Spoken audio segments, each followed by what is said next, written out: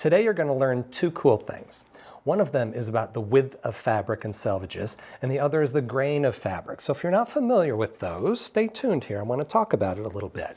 First, width of fabric. If you see the abbreviation WOF, that's width of fabric. That's how wide your fabric is. So most of our fabrics come on a bolt. They may come on a long roll, but on either end, you can see these special edges on both ends of this. This is about 44 inches wide. That's a typical width of fabric on most fabrics, especially in quilting.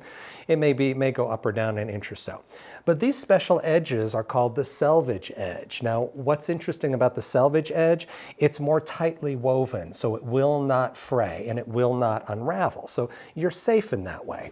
Now, the grain of fabric, also on the selvage, a selvage can give you some cool information, like the manufacturer. On this it says Benartex, that's one of our companies that we sell fabric for, and that also has these colored dots. These dots show every single color used in this pattern. It may be it's 13 colors here. When I first look at this plaid, I go, wait a minute, I see red, yellow, green, I probably see 5. There are 13 colors in this fabric, so that's what these little dots on the selvage tell you. So it's very helpful. Now, grain of fabric. The grain of the fabric, you've seen an old loom, right? With a lady working on a loom and doing a rug, tossing that shuttle back and forth. Those long strings in front of her, that's the grain of your fabric. It's very important. There's no stretch with the grain of your fabric. And the grain of your fabric runs in the same direction as your selvage edge. So this is my grain of fabric direction, all right? Now, if I were to go the other way, perpendicular to the selvage edge, that's called crossgrain. First, when you're talking about the grain of fabric, the straight grain here, there is no, look at this, I'm pulling on this, there is no give. This is not a stretchy fabric, okay, because I'm pulling on the grain of fabric. I'll give you an illustration of that as well. This piece of fabric, I cut on the grain of fabric because it's parallel to the selvage, right? Very simple to know. And like this, I'm tugging on it, there's no give, there is no stretch to this. That's your tightest piece of fabric.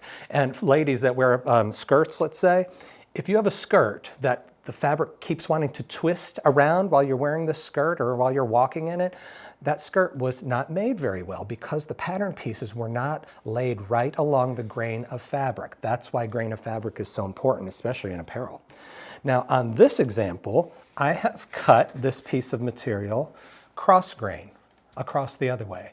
Now, remember how tight this one was when I tug on it? When I tug on this, I get a little more pull. Oh, I'm pulling in the wrong direction. You can see that? I'm stretching now. Cross grain gives you a little more stretch in your fabric, but that's not the stretchiest version.